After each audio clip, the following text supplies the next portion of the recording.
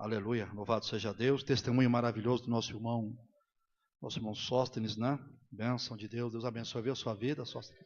Também que o Senhor conceda muito mais do que você pede ao Senhor. A Bíblia diz que o Senhor faz muito mais além do que nós pedimos ou pensamos, viu? Deus abençoe a sua vida. Amados irmãos, Deus já falou conosco, nós só vamos aqui dar um final, né?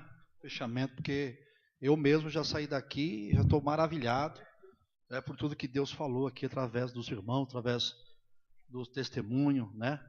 Do Davi, Deus abençoe, né, Davi? É benção, irmãos. Tem muita gente, irmãos, que não dá mais dízimo na igreja. Muitos irmãos, né?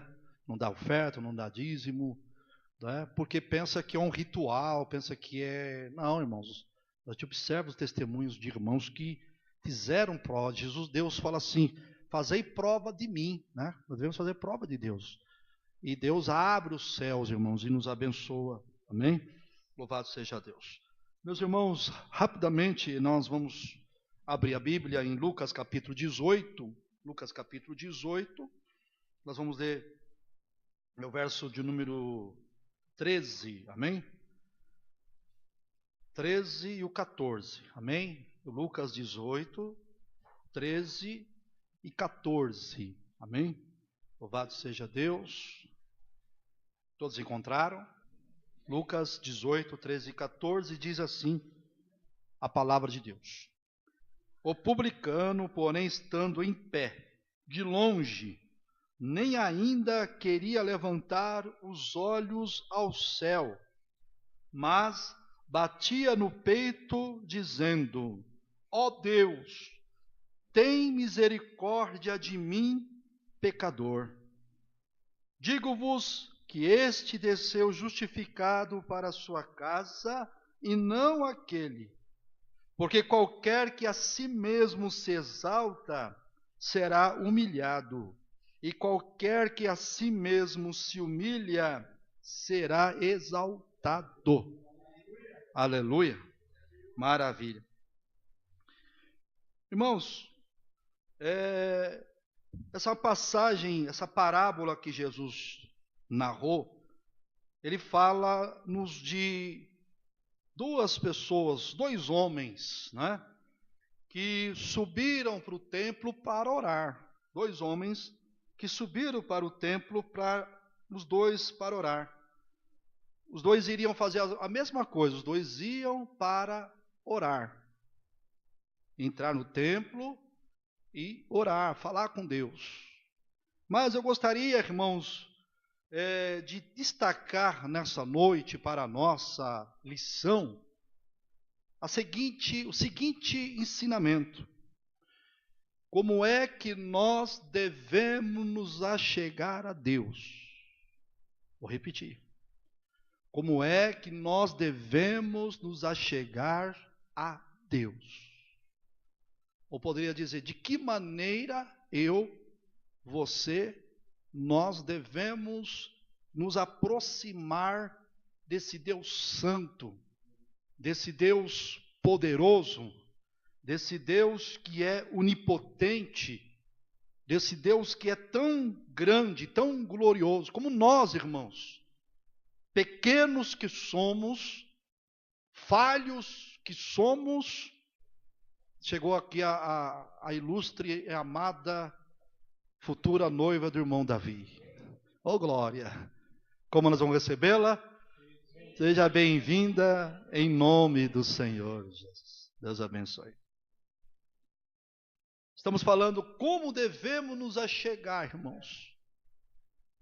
Qual é a maneira? Será que existe uma fórmula? Será que existe alguma maneira, irmãos, pela qual eu possa chegar diante de Deus? Será que eu posso impressionar a Deus? Será que existe frases, vocabulário para impressionar o Deus Todo-Poderoso? É claro que não, irmãos. Não existe uma fórmula. Não há pastor, irmão, não há nenhum estudioso da Bíblia que possa subir ao púlpito da igreja e dizer à igreja: olha, eu vou ensinar vocês como se chega diante de Deus. Não existe, irmãos, uma fórmula, embora os discípulos pediram para Jesus: Jesus, nos ensina a orar, nos ensina a buscar a oração, clamar a Deus, falar com Deus. Interessante, irmãos, que os fariseus já oravam. E por que os discípulos perguntaram a Jesus: nos ensina a orar, nos ensina a orar? Não é? Interessante. Mas olhando, meus irmãos, para esses dois homens que sobem para o templo para orar, nós podemos, meus irmãos, observar que não há uma fórmula de como falar com Deus. Não há um vocabulário, não há uma expressão empadronizada que todos deverão usar para que Deus se incline e ouça. O que há, irmãos, é o estado de espírito.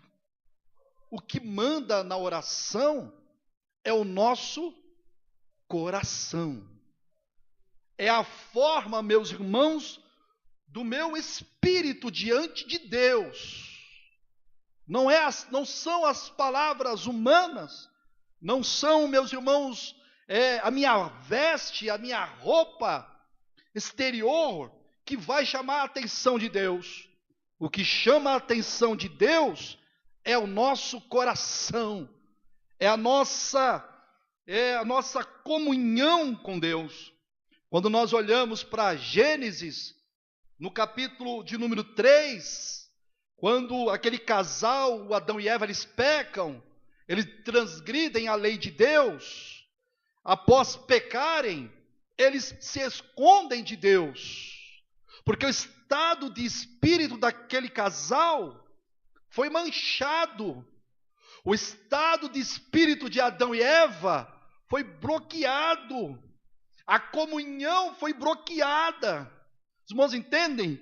Eles não conseguiam olhar para Deus, porque eles pecaram, e o pecado, irmãos, nos afasta de Deus. E quando Deus chegou na virada do dia para conversar com aquele casal, a comunhão que Deus tinha com aquele casal, aleluia, eles fugiram da presença de Deus, se esconderam de Deus, porque havia um pecado. Então, o que eu quero dizer com isso, irmãos, é que o nosso estado de espírito é o que manda na oração, aleluia. E nós observamos isso claramente observando a parábola que Jesus nos narra, quando ele fala do fariseu que se levanta, está em pé, aleluia, no versículo de número 11, e começa a se exaltar diante de Deus. Graças te dou, ó Pai, porque eu te dou isso, eu faço aquilo, não sou como esse publicano, esse pecador, mas eu jejuo, eu dou dízimos, eu dou as minhas ofertas. Ele quer impressionar Deus com as suas atitudes, aleluia. Mas a glória, nós olhamos, meus irmãos, para esse homem publicano, que não tem, meus irmãos, nenhum momento para se justificar diante de Deus. Nós não devemos nos justificar, meus irmãos, os nossos atos. Nós devemos buscar o perdão e a misericórdia do Senhor. Não devemos nos justificar, não. Nós devemos buscar o perdão e a misericórdia de Deus. Quando Saul pecou, meus irmãos, e Samuel chegou ali como representante da presença de Deus, Saul tentou justificar o seu erro, lembra? Quando ele foi ordenado a matar todos os inimigos de Deus, matar os animais, matar as crianças e até o rei, diz que ele guarda os melhores animais, separa os melhores animais, mantém vivo o rei Agag, aleluia, mantém preso, mas vivo. Samuel chega diante de Saul Saul tenta ocultar o seu erro, a sua falha. Quando Samuel percebe que Saul não obedeceu a Deus, aleluia, Saul tenta justificar: não, eu guardei os melhores animais para Deus, para sacrificar para Deus, eu não matei o rei Agag. Enfim, ele tentou justificar o seu erro. Samuel olhou para Saul e disse: o teu reino foi rasgado, porque Deus não quer sacrifício, Deus quer obediência.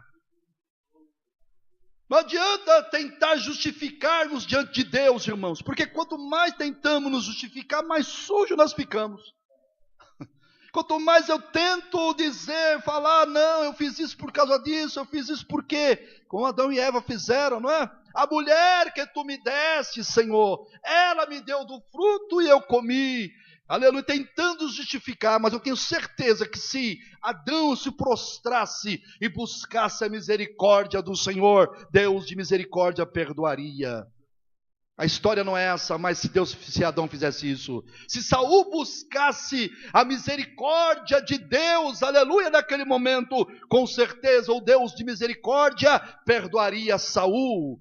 Como ao contrário de Davi, que não quis justificar o seu erro, quando pego, meus irmãos, no ato de adultério, quando ele adultera com Betseba e mata o marido dela, que chega o profeta Natã, conta a parábola. Davi então, meus irmãos, se prostra, aleluia, e busca a misericórdia de Deus e alcança a misericórdia do Senhor. Então, não há como nos justificar diante do Senhor, como faz aqui esse fariseu, que tenta justificar, que tenta mostrar o que ele não é. Tem muita gente dentro da igreja que tenta mostrar o que não é. É só a capa, é só o rótulo, é só veste, é só por fora, é o sepulcro caiado. Entra, sobe no púlpito, ele adora, ele levanta a mão, ele fala línguas estranhas, mas por dentro ele está podre. Deus não aceita a oração desta pessoa. Louvado seja o nome do Senhor. Tem misericórdia de nós, Senhor. Então, o fariseu, como nós bem sabemos, quem é o fariseu? O fariseu é aquele que no tempo de Jesus se justificava. O fariseu era aquele que se achava o mais santo do que os demais outros. O fariseu, aleluia, andava com a cabeça erguida, empinada, se exaltando a si mesmo, melhor que os outros. Tem muita gente aí da igreja, irmãos, que pensa que é melhor que o outro. Tem muita gente que só porque canta, porque toca, porque prega, porque ensina, acha que é melhor que o outro, que talvez não faça nada. Mas quero ver na presença de Deus quem é que é justificado. Glória a Deus. Louvado seja o nome de Jesus. O publicano, meus irmãos, no tempo de Jesus, era desprezado, né? O publicano, meus irmãos, era tido como aquele que era o pecador, era o malfeitor, era mal visto pelos fariseus. Lembra, meus irmãos, de Mateus ou Levi, né? Que estava ali na coloderia, né? Colhendo impostos, lembra? Estava ali, aleluia, era mal visto, porque trabalhava para os romanos, enfim, aquela coisa. E aí as pessoas não gostavam muito dos publicanos, mas Jesus olhou para Mateus e disse: Mateus, vem e segue-me. Imediatamente Mateus sente o chamado de Deus, abandona tudo e segue Jesus. Esse é o publicano. O publicano, meus irmãos, entra no templo, entra na igreja e bate no peito, dizendo: ó Deus, tem misericórdia de mim, pecador. Era a oração dele. Eu disse na introdução da palavra nesse momento, de que maneira nós devemos chegar diante de Deus? Qual é a fórmula? Qual é o jeito? Não existe. Aleluia, é o estado de espírito que esse publicano estava. Nós vamos encontrar a resposta, meus irmãos, no versículo 14, que diz, eu vou repetir a leitura: digo-vos que o publicano, desceu justificado para a sua casa, porque ele se humilhou, porque ele buscou a misericórdia de Deus. E Jesus está dizendo: digo-vos que publicano desceu justificado para a sua casa, e não aquele fariseu. Estou parafraseando. Porque qualquer que a si mesmo se exalta, será humilhado. E qualquer que a si mesmo se humilha, será Tem um segredo nesse versículo, irmãos, que eu gostaria de passar para os irmãos. Veja, não pode passar desapercebido isso. A Bíblia, o versículo 14 dizendo que não é Deus que humilha ninguém. É Deus que humilha? Não. Não é Deus que humilha ninguém. Não é Deus que exalta, nesse caso aqui, ninguém. Olha o estado de espírito, meus irmãos. Aquele que exalta, porque qualquer que a si mesmo se exalta, eu me exaltar, eu a si mesmo me exalto diante de Deus. Aquele que se exalta, o estado de espírito, o exaltado diante de Deus, será humilhado. E aquele que se humilha, será exaltado. Então, não adianta eu me exaltar diante de Deus. Esse é um estado de espírito, um estado de grandeza, um estado de orgulho, estado que acha que é melhor que A, melhor que B, é o exaltado. Agora, aquele que se humilha, eu não sou nada diante de Deus, eu preciso da misericórdia de Deus, eu sou pecador, eu sou falho, eu sou limitado, eu preciso e necessito da misericórdia de Deus. Veja o estado de espírito do publicano e veja o estado de espírito do fariseu. Observe, irmãos, o estado de espírito dos dois. Um se exaltou, o outro se humilhou. Por isso a conclusão de Jesus aqui: digo-vos que este desceu justificado para a sua casa, e não aquele. Porque qualquer que a si mesmo se exalta, será humilhado. Então, não há, meus irmãos, uma fórmula para chegar diante do Senhor. Não há. O que há, meus irmãos, é um estado de espírito. É se humilhar diante do Senhor. É dobrar os joelhos diante do Senhor e se humilhar na presença dEle. Agora, tem um outro problema aí. Tem pessoas que fingem se exaltar. Não tem, irmãos? Eu posso chegar aqui: Senhor, tem misericórdia de mim, eu sou pecador, né? Mas o meu coração não tá batendo no que eu estou dizendo, não é? Não está condizendo com as minhas palavras, não é? Não vai adiantar nada, irmãos. O que adianta, meus irmãos, é o coração.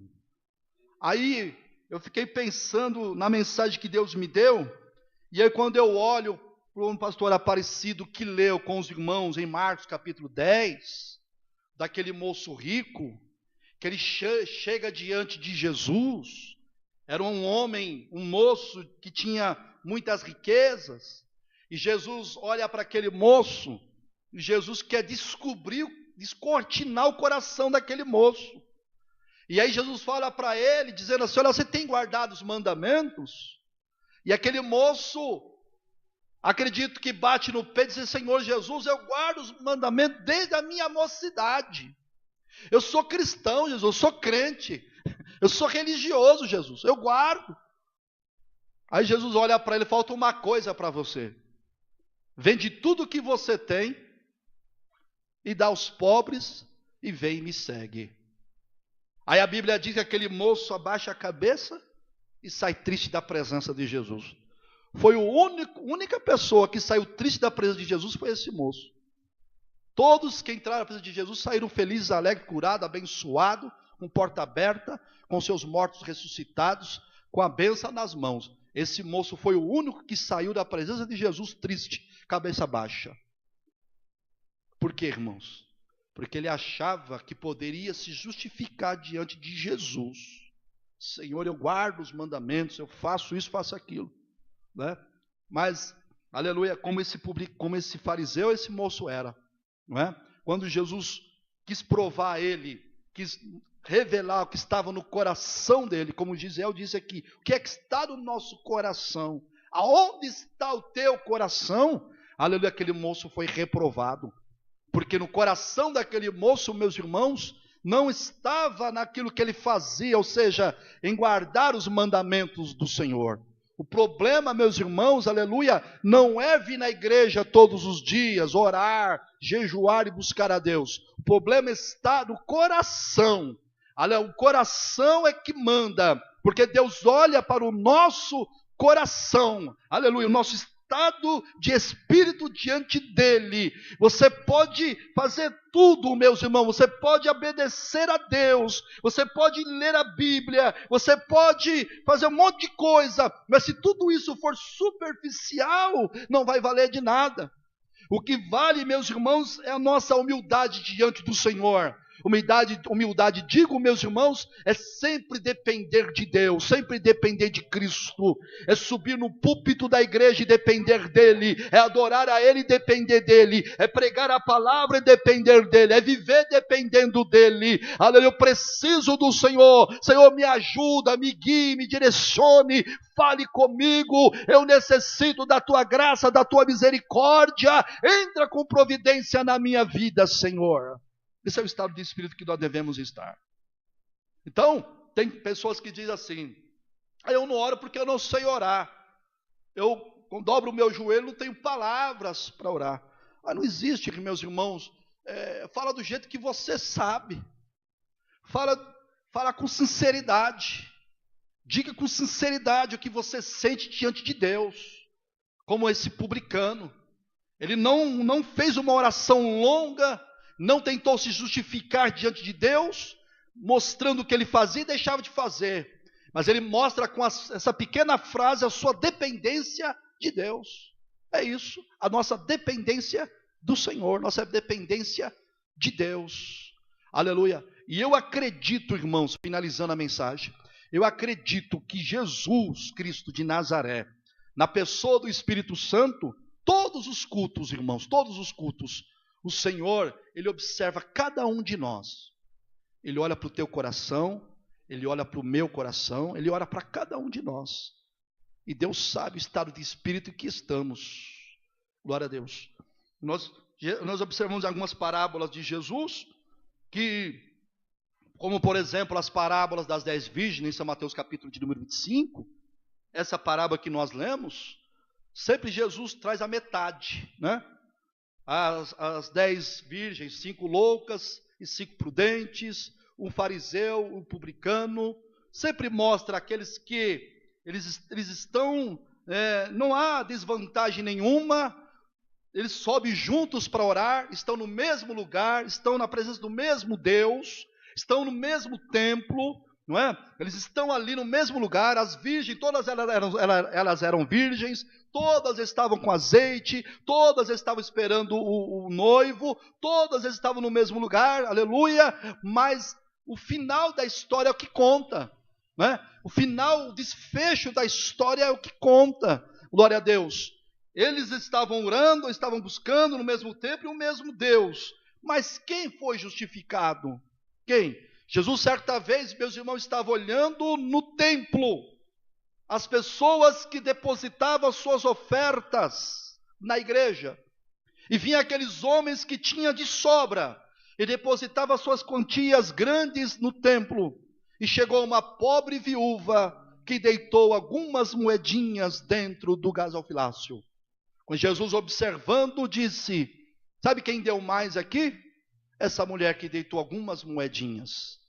Aos olhos humanos, Jesus, tem pessoas que deu muito, e essa mulher que deu apenas umas moedinhas, ela é abençoada, foi ela que te agradou, Senhor. Irmãos, como Deus pensa diferente de você, como Deus pensa diferente de mim. A palavra do Senhor diz que os pensamentos de Deus não são os nossos caminhos são diferentes. Nós pensamos uma coisa, Deus pensa outra. Aleluia, aquele que você pensa que não é nada, Deus dá tudo. Aquele que você pensa que não tem, Deus dá para ele. Aquele que você pensa que não vai sair nada, Deus abençoa, ele dá. Aleluia, porque é Deus que abençoa. É Deus que exalta, irmãos. É Deus que levanta. É Deus que faz a obra, não é você, não sou eu. Quem opera é Deus. Quem faz é Deus, quem justifica é Deus, a obra é dele, aleluia, não é minha, não é tua, a obra é dele, a obra é de Deus. E quantas das vezes, irmãos, nós, aleluia, queremos olhar as pessoas e medir as pessoas, amados, pelo jeito delas, pela roupa dela, pelo que elas vestem, pelo jeito dela falar, não, Deus não olha dessa forma. Então Deus olha o estado de espírito. Então, concluindo, irmãos, a mensagem, a lição dessa noite. Se você me perguntar, pastor, então como é que eu chego na presença de Deus, então? Qual é a forma? Não existe. Chegamos na presença de Deus, nosso espírito, nossa sinceridade diante de Deus. É a tua sinceridade. Aleluia. Não precisa ter vocabulário bonito. Não. É a tua sinceridade diante de Deus que conta. Deus vai te abençoar. Deus vai abrir as portas, Deus vai libertar, Deus vai curar, Deus vai fazer, Deus vai abençoar o teu propósito, porque Deus está olhando para o teu coração e o teu estado de espírito. Aleluia, quem desceu justificado, quem foi abençoado? Aleluia, aquele que se humilhou diante de Deus. Amém? Deus abençoe a igreja, Deus abençoe os irmãos, que o Espírito Santo, irmãos, aplica essa mensagem nos nossos corações. Que, aleluia, todas as vezes que orarmos, lembremos disso. Vamos lembrar, meus irmãos, do fariseu, do publicano, e ter a atitude do publicano diante de Deus.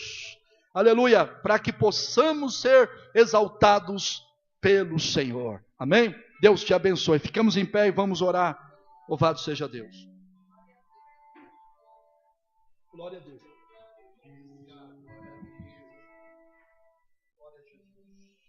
Irmãos, nós vamos orar pelas famílias, né? Todos os cultos, a gente ora por esses pedidos de oração. Vamos orar, amém? Glória a Deus. Vamos nos chegar diante do Senhor, amém? Glória a Deus, aleluia. Você crê que Deus vai fazer milagres? Você crê que Deus vai operar? Amém.